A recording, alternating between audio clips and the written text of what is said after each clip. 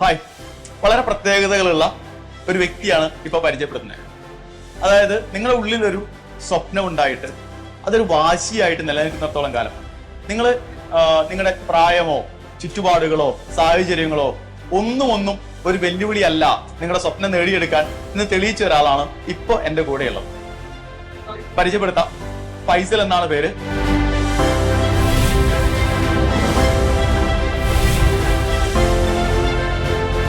Actually ഞാൻ ഫൈസലിക്ക എന്ന് വിളിക്കാനുള്ള പ്രായമുണ്ട്, ശരിയല്ലേ?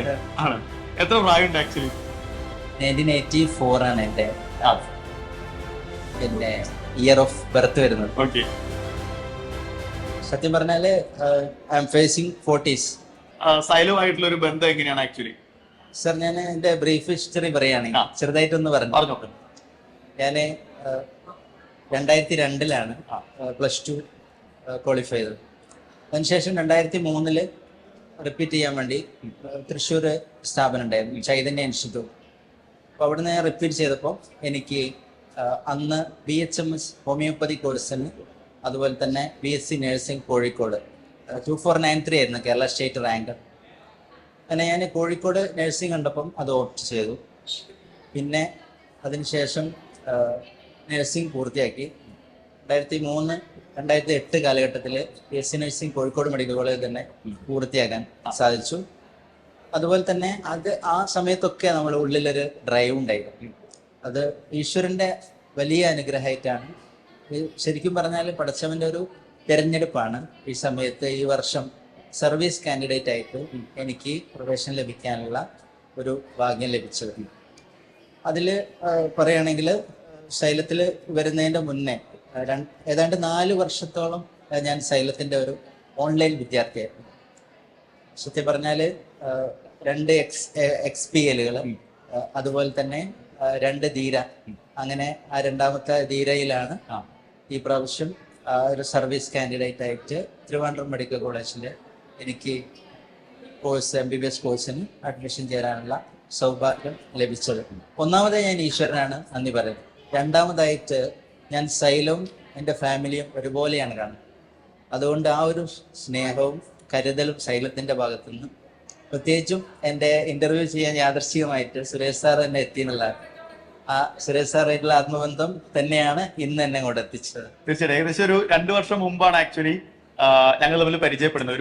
എനിക്ക് തോന്നുന്നു ഒരു GIB ഇടയിലാണ് നമ്മൾ ആദ്യമായിട്ട് മീറ്റ് ചെയ്യുന്നത്, അല്ലെ? അന്നു മുതലുള്ള ഒരു ബന്ധമാണ്. അവസാനം അത് ഫൈസലിക്കയുടെ ഒരു സ്വപ്നം എന്ന് പറയുന്നതിലേക്ക് എത്തി നിൽക്കുമ്പോഴും ആ ബന്ധം അതുപോലെ തന്നെ നിൽക്കുന്നുണ്ട്. പറഞ്ഞ പോലെ തന്നെ ഭാഗ്യവശാൽ ഇന്റർവ്യൂ ചെയ്യാൻ ഞാൻ തന്നെ വന്നു എന്നുള്ള ഒരു പക്ഷേ ഒരു തീരുമാനം, അതെ, യാദൃശ്ചികമാകാം. ഇപ്പൊ ഹാപ്പിയാണോ? ഹാപ്പിയാണ് സാറേ. ഞാൻ ആക്ച്വലി ഈ ഒരു ജോലി തന്നെ ഒരുപാട് സേവനങ്ങളിൽ ഞാൻ പോയിട്ടുണ്ട്. കേന്ദ്ര സേവനങ്ങളിൽ നിംഹാൻസ് 2 വർഷത്തോളം national institute of mental health and neuro സയൻസിലായിരുന്നു. അതിനുശേഷം ശ്രീചിത്ര ഇൻസ്റ്റിറ്റ്യൂട്ടിൽ 2012-14 കാലഘട്ടത്തിൽ ശ്രീചിത്ര ഇൻസ്റ്റിറ്റ്യൂട്ടിൽ ഞാൻ നഴ്സിംഗ് ഓഫീസറായിരുന്നു. അവിടെ നിന്ന് 2014 എനിക്ക് ഈ ഒരു ഇന്റൻഷൻ വീണ്ടും വരുന്നത്.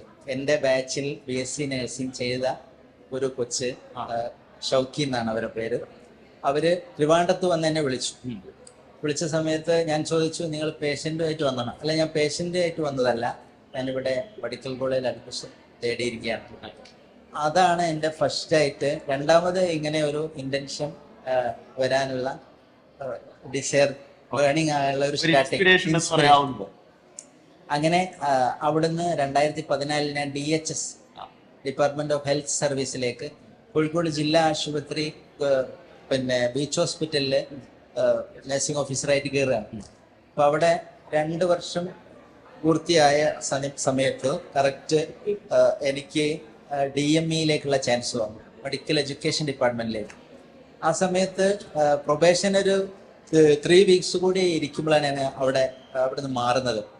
പക്ഷെ എനിക്ക് മെഡിക്കൽ കോളേജിൽ നിന്ന് കേട്ടപ്പോൾ വല്ലാത്തൊരു ആവേശം. അങ്ങനെ ഞാൻ ആദ്യമായിട്ട് മെഡിക്കൽ കോളേജിൽ, എൻ്റെ പഴയ ക്യാമ്പസ് തന്നെ, അതുകൊണ്ട് വലിയൊരു സന്തോഷമുണ്ട്. നമ്മളെ എല്ലാ ഏരിയയും നമുക്ക് പരിചയമുള്ള ഒരു മേഖലയായതുകൊണ്ട് അവിടുന്ന് ഞാൻ കാർഡിയോളജി ICUവിലാണ് പോസ്റ്റിംഗ്. അവിടെ പോസ്റ്റിങ്ങിന് ചെന്ന സമയത്ത് നമ്മുടെ ജൂനിയർ ബാച്ചുകളിൽ പഠിച്ച കുട്ടികൾ അവിടെ DM കാൻഡിഡേറ്റ്സ് ആയിട്ട് വന്ന സമയത്ത് വീണ്ടും ഇത് വല്ലാതൊരു ഇൻസ്പിറേഷൻ ആയിട്ട് വന്നു. അപ്പൊ സത്യത്തിൽ ഇത് കെട്ടുപോകാത്ത ഒരു കനലായിട്ട് ഇങ്ങനെ കുറെ നാളായിട്ട് മനസ്സിലായി ഒരു ഡോക്ടർ ആകണം എന്നുള്ള അതെ അതെ. അതേ വർഷം തന്നെ എൻ്റെ 2 വർഷം സീനിയറായി പിന്നെ BSc നഴ്സിംഗ് കഴിഞ്ഞു MSc നഴ്സിംഗ് പൂർത്തിയാക്കി മഞ്ചേരിയിൽ വർക്ക് ചെയ്തുകൊണ്ടിരിക്കുന്ന ഒരു വിജയശേട്ടൻ, അദ്ദേഹം പിന്നെ ആ വർഷം ഞാൻ അവിടെ കയറിയ വർഷം ഇതേ സീറ്റിൽ തിരുവനന്തപുരത്ത് കയറിയിട്ടുണ്ടായിരുന്നു. വീണ്ടും എൻ്റെ ബേണിംഗ് ഡിസയർ റാങ്കിലും ഏജ് ലിമിറ്റും അതുപോലെ തന്നെ മെയിൻ ബാരിയർ ആയിട്ട് നിന്നു. അന്ന് കട്ട് ഓഫ് 25 വയസ്സായിരുന്നു. പിന്നീട് അതൊക്കെ ഓപ്പൺ ആക്കി പ്രൊബേഷനെല്ലാം പൂർത്തിയായി വരുമ്പോൾ കാലങ്ങൾ നീണ്ടു വന്ന് അങ്ങനെ ഇപ്പോഴാണ് ഈശ്വരൻ അതിൻ്റെ ഒരു സമയം എത്തിച്ചത്. അതിനിടയ്ക്ക് സർവീസ് കാലഘട്ടത്തിൽ ഒരുപാട് കാര്യങ്ങൾ ചെയ്യാൻ സാധിച്ചിട്ടുണ്ട്. കാരണം വയനാട് ദുരന്ത സമയത്തൊക്കെ ഞാൻ അവിടെ പോയിട്ടുണ്ടായിരുന്നു. അവിടെ പോയൊരു 4 ദിവസം അവിടെ ബോഡി വാഷിംഗ് ഏരിയയിൽ വർക്ക് ചെയ്യാനൊക്കെ സാധിച്ചിരുന്നു. അതൊക്കെ വലിയൊരു അച്ചീവ്മെന്റ്സ് ആയിട്ട് എനിക്ക് തോന്നുന്നു. ഞാൻ കാര്യം ചോദിക്കട്ടെ, ഈ ഒരു സർവീസിൽ ഇരിക്കുമ്പോഴാണല്ലോ നമ്മൾ ഓൺലൈൻ ആയിട്ട് റിപ്പീറ്റ് ചെയ്യുന്നത് അല്ലെ, ടീച്ചറിന് വേണ്ടിയിട്ട്. അപ്പൊ ഇത് എങ്ങനെയാണ് ഒരുമിച്ച് മാനേജ് ചെയ്യാൻ എങ്ങനെയാണ് സാധിച്ചിരുന്നത്? സത്യം പറഞ്ഞാല് നമ്മൾ ഹെക്റ്റിക് ആയിട്ടുള്ള ഒരു മേഖലയാണ് മെഡിക്കൽ കോളേജ്. അതിനിടയ്ക്ക് ഈ പഠനം പിന്നെ കൊളാബറേറ്റ് ചെയ്ത് കൊണ്ടുപോകുക എന്ന് പറയുന്നത് ഒരു ടാസ്ക് തന്നെയാണ്. പക്ഷെ ആ സമയത്തൊക്കെയും നമ്മൾ പിന്നെ ഒരുപാട് സോഷ്യൽ സർവീസ് മറ്റു കാര്യങ്ങളൊക്കെ കോർഡിനേറ്റ് ചെയ്ത് കൊണ്ടുപോകുന്ന ഒരു വ്യക്തിയാണ്. അതോടൊപ്പം തന്നെ ഇത് ഉള്ളിൻ്റെ ഉള്ളിലൊരു കനലായി നിൽക്കുന്നുണ്ട്. അപ്പൊ ആ സമയത്ത് എക്സാമിന്റെ സമയത്ത് ഒരു 2 മാസം എന്നുള്ളതായിരുന്നു ആദ്യത്തെ ഒക്കെ ഒരു പ്ലാനുകൾ. പിന്നീട് മനസ്സിലായി. അങ്ങനെയാണ് XPL ബാച്ചിലേക്ക് നമ്മൾ അഡ്മിഷൻ എടുക്കുന്നത്. 2020, 21, 22 കാലഘട്ടത്തിലെ XPL ഷോർട്ട് ഡ്യൂറേഷൻ കോഴ്സിൽ ഭാഗമാക്കായിരുന്നു. അതിനുശേഷം എനിക്ക് തോന്നി ഇതുകൊണ്ട് കാര്യമില്ല, ത്രൂ ഔട്ട് ദ ഇയർ നന്നായി വർക്ക് ചെയ്താൽ മാത്രമേ ഇത് പഠിക്കാൻ സാധിക്കുള്ളൂ. അങ്ങനെയാണ് 2003-04 22-23 അക്കാദമിക് ഇയറിലും 23-24 അക്കാദമിക് ഇയറിലും ധീര സ്റ്റുഡൻ്റ് ആയിട്ട് പിന്നെ ഞാൻ പ്രവേശിക്കുന്നത്.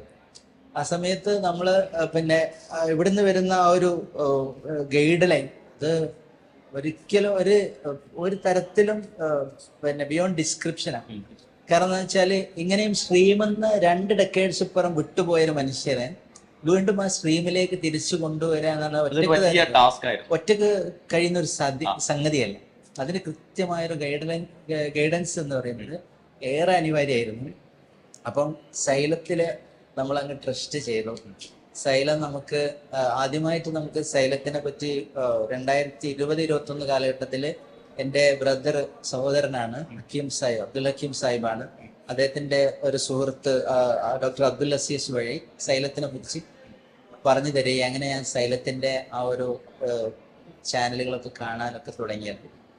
അപ്പോൾ അത് വഴി നമുക്ക് കിട്ടിയിട്ടുള്ള എക്സ്പോഷർ എന്ന് പറയുന്നത് ശരിക്കും കേരളത്തിലെ പിന്നെ എണ്ണം പറഞ്ഞ ഒരുപാട് വർഷങ്ങളുടെ പാരമ്പര്യമുള്ള സ്ഥാപനങ്ങൾ ഉണ്ടെങ്കിലും അവിടെ സൈലത്തിന് വേറിട്ടാക്കുന്നത് ഞാൻ മനസ്സിലാക്കുന്നത് അവരുടെ ഈ കെയറിങ് ആണ്. അതായത് ഏത് തലത്തിലുള്ള വിദ്യാർത്ഥികൾക്കും 100% മാർക്ക് വാങ്ങിയിട്ടുള്ളവർക്ക് മാത്രമല്ലാതെ ഇങ്ങനെ ഒരു സോഷ്യൽ കമ്മിറ്റഡ് ആയിട്ട് ചിന്തിക്കുന്ന ആളുകൾക്ക് ഇത്തരത്തിലുള്ളൊരു വേദി ഉണ്ടാക്കി തരുന്ന ഒരു സ്ഥാപനം വേറെ ഉണ്ടാവില്ല. കാരണം എല്ലാ തരത്തിലുള്ള മാർക്ക് ഗ്രഡേഷനുള്ള ആളുകളെയും അവർ കൈപിടിച്ച് കൊണ്ടുവരികയാണ്. അപ്പോ നമ്മളിപ്പോ ഒരു കുടുംബനാഥനായിരിക്കുന്ന സമയത്ത് ഒരുപാട് ഉത്തരവാദിത്തങ്ങളൊക്കെ നമ്മുടെ ചുമലിലുള്ള സമയത്ത് തീർച്ചയായിട്ടും നമ്മൾ ഇങ്ങനെ ഒരു കാര്യം കൂടി ഇതിനൊപ്പം ചെയ്യുമ്പോൾ ഫാമിലിയുടെ ഒരു സപ്പോർട്ട് എന്ന് പറയുന്നത് തീർച്ചയായിട്ടും വളരെ ഇമ്പോർട്ടന്റ് ആയ ഒരു കാര്യമാണ് അല്ലെ? എന്തായിരുന്നു ഫാമിലിയുടെ ഒരു അഭിപ്രായം എന്ന് പറയുന്നത്? ഫാമിലി പിന്നെ എനിക്ക് ഗവൺമെന്റ് ജോലി ഉണ്ടായിരുന്നു. ഞാൻ ഏകദേശം 10-12 വർഷത്തോളം സർവീസിലായിരുന്നു, അല്ല കേന്ദ്ര സർവീസും കേരള സർവീസും അല്ലായിരുന്നു. അപ്പൊ അതിലൊക്കെയുള്ള ചെറിയ നിക്ഷേപങ്ങൾ PF ആയിട്ടുള്ള നിക്ഷേപങ്ങളല്ലാതെ വേറെ ഒരുപാട് വരുമാനങ്ങളൊന്നും ഇല്ല. പക്ഷെ ഡിസയർ സ്ട്രോങ് ആയിരുന്നു. നമുക്ക് ഈശ്വരനെ ഇങ്ങനെ ഒരു വേദി തുറന്നു തന്നിട്ടുണ്ടെങ്കിൽ അതേപോലെ തന്നെ അത് ഈശ്വരന് എന്തെങ്കിലും ആക്കിയിട്ട് ഏതെങ്കിലും തലത്തിലെത്തിക്കാനുള്ള സഹായവും കൊണ്ടുതരുന്നുള്ള ഒരു ഡിറ്റർമിനേഷൻ ഉണ്ടായിരുന്നു. അതോടൊപ്പം എനിക്ക് ഒരുപാട് നല്ല മനസ്സുകളായ ആളുകൾ, പിന്നെ ഞാൻ സോഷ്യൽ സർവീസ് രംഗത്ത് സജീവമായതുകൊണ്ട് തന്നെ അവരെനിക്ക് കമ്മിറ്റ് ചെയ്യാൻ പലരും പറഞ്ഞിട്ടുണ്ട്. പക്ഷെ ഞാൻ അവരോടൊക്കെ അവിടെ സന്തോഷം എന്നാണ് പറഞ്ഞത്. പിന്നെ എൻ്റെ വൈഫിന് ചെറിയൊരു ടെമ്പററി ജോലിയുണ്ട്, സ്കൂൾ ടീച്ചറാണ്, അവർ ഹയർ സെക്കൻഡറി അധ്യാപികയാണ്. അതൊരു ചെറിയ ആശ്വാസമാണ്. അതുപോലെ തന്നെ ഇങ്ങനെയുള്ള ഒരുപാട് നല്ല മനസ്സുകൾ. അപ്പൊ എനിക്ക് തോന്നുന്നു താങ്കളുടെ ഒരു കഥ എന്ന് പറയുന്നത് ഇതുപോലെയുള്ള ഒരുപാട് ആളുകൾക്കുള്ള ഒരു വലിയ മോട്ടിവേഷൻ ഇൻസ്പിറേഷൻ ഒക്കെ ആയിരിക്കും. കാരണം മുമ്പ് ഉണ്ടായിരുന്ന ഒരു ഫയർ അതിപ്പോഴും കെടാത്ത മനസ്സിൽ സൂക്ഷിക്കുന്ന കുറെ ആളുകൾ ഉണ്ടാവും. പക്ഷെ ചുറ്റുപാടുകൾ കൊണ്ടോ സാഹചര്യങ്ങൾ കൊണ്ടോ ഇനി വീണ്ടും ഇതിനെ ഇറങ്ങി പുറപ്പെട്ടാൻ നമ്മുടെ സമൂഹം അതിനെ അല്ലെങ്കിൽ ഫാമിലി എങ്ങനെ അതിനെ നോക്കിക്കാണും എന്ന് അറിയാൻ പറ്റാതെ അത് വേണോ വേണ്ടോ എന്നുള്ളൊരു കൺഫ്യൂഷനിലിരിക്കുന്ന, അല്ലെങ്കിൽ ഇനി വേണ്ട എന്ന് തീരുമാനിച്ചിരിക്കുന്ന കുറെ ആളുകൾ ഇപ്പോഴും നമ്മുടെ ഇടയിലുണ്ട്, നമ്മുടെ സൊസൈറ്റിയിലുണ്ട്. അപ്പൊ അവരോട് ആക്ച്വലി എന്തായിരിക്കും ഫൈസൽ കേക്ക് പറയാനുണ്ടാവുക?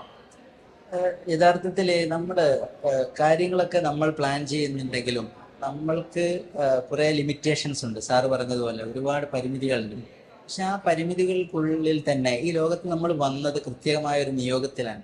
ആ നിയോഗം പൂർത്തിയാക്കിയതിനു ശേഷം ഇവിടുന്ന് പോകുമ്പോഴാണ് നമ്മളൊരു സാറ്റിസ്ഫാക്ഷൻ എന്ന് പറയുന്നത്. തീർച്ചയായിട്ടും ആ ഒരു നിയോഗം വേദനയായിട്ടൊന്നും ഉണ്ടാവും. ആ ഒരു വേദന നമുക്ക് മരണം വരെ ഉണ്ടാവും. അപ്പോൾ അത് ഇല്ലാതാക്കാൻ വേണ്ടി നമ്മൾ ബേണിംഗ് ഡിസയർ ആയിട്ട് ഈശ്വരനിൽ സമർപ്പിച്ചിട്ട് അതുപോലെ സമൂഹത്തിന് വേണ്ടി നമ്മൾ നിന്ന് രാജ്യത്തിന് വേണ്ടി നമ്മൾ പിന്നെ മനസ്സ് വെച്ച് പ്രവർത്തിക്കുമ്പോൾ നമ്മൾ അറിയാതെ ഈശ്വരൻ നമ്മളെ കൈപിടിച്ച് കൊണ്ടുപോകുന്ന ഞാൻ വിശ്വസിക്കുന്നു. അതുപോലെ തന്നെ ഞങ്ങളുടെ ഒരു പരിമിതി എന്ന് പറഞ്ഞാൽ ഞങ്ങളുടെ ഒരൊറ്റ സീറ്റാണ് ഒരു വർഷത്തിലുള്ളത്. അതുകൊണ്ട് തന്നെ ആരും ഇങ്ങനത്തെ ഒരു കോമ്പറ്റീഷൻ മെനക്കെടയില്ല.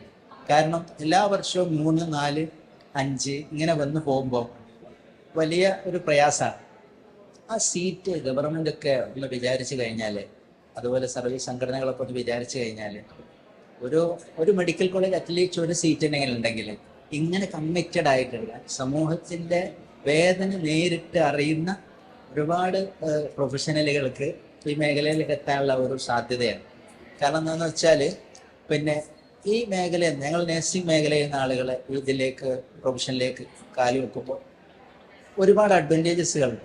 ഒന്നാമത് ഇവർക്ക് കാര്യങ്ങൾ കൃത്യമായിട്ട് പ്രയോറിറ്റൈസ് ചെയ്യാൻ, അതുപോലെ തന്നെ എന്താണ് ഒരു രോഗിയുടെ മനസ്സ് എന്ന് കൃത്യമായിട്ട് അറിയാനുള്ള ഒരു സാധ്യത.